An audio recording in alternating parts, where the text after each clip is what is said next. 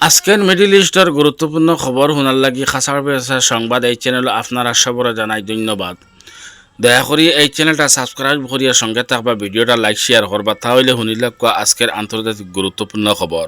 ইসরায়েলে সিরিয়াত ইরানের একটা সভারে লক্ষ্যবস্তু করিয়া বহুত বড় হামলা করছে। এই হামলাত হিজবুল্লাহ, ইরান এবং ইরাকর আল নুজাবা সংগঠনের বহুত বড় ক্ষতি হয়েছে। ইসরায়েলে এই হামলাটা করছে ইরানের এক সভারে লক্ষ্যবস্তু করিয়া। ইরানের নেতাসকলে এবং হিজবুল্লাহ সদস্যসকলে এবং ইরাকর আল নুজাবা আন্দোলনের সদস্যসকলে মিলে একটা বৈঠক করা।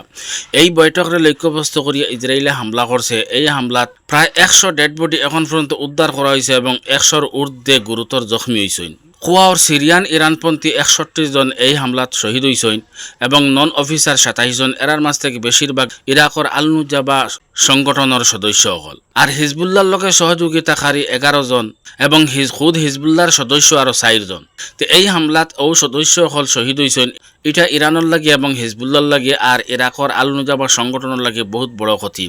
ইসরায়েলে এই সবারে লক্ষ্যবস্তুরে হামলা করছে আর এই হামলাত এত সব মানুষ শহীদ হয়েছেন।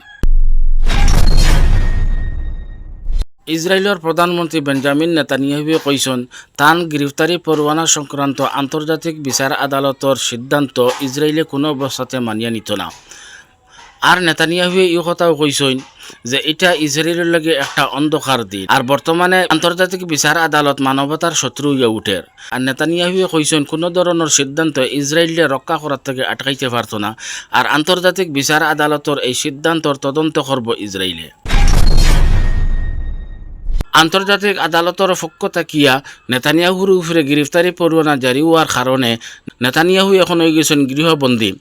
আর আন্তর্জাতিক আদালতটা হইল নেদারল্যান্ড, যার কারণে আমেরিকা এখন নেদারল্যান্ডে বহুত বড় ধমকি দিছে। আমেরিকার পক্ষ থেকে কোয়া হয়েছে আন্তর্জাতিক আদালতের পক্ষ থেকে যে গ্রেফতারি পরোয়ানা জারি করা হয়েছে এটা আমেরিকায় কোনো অবস্থাতে কার্যকর করত না, অর্থাৎ নেতানিয়াহুরে আমেরিকায় গ্রেফতার করত না। আর আমেরিকার পক্ষতে এই কথাও কোয়া হয়েছে যে আমেরিকার একটা কানুন হইল যদি আমেরিকার কোনো মিত্রর উপরে বন্ধুর উপরে যদি চাপ সৃষ্টি করে বা দল পাকড় করে তাহলে তার সেনা দিয়া যে কোনো হলে বাঁচাইবার চেষ্টা করব।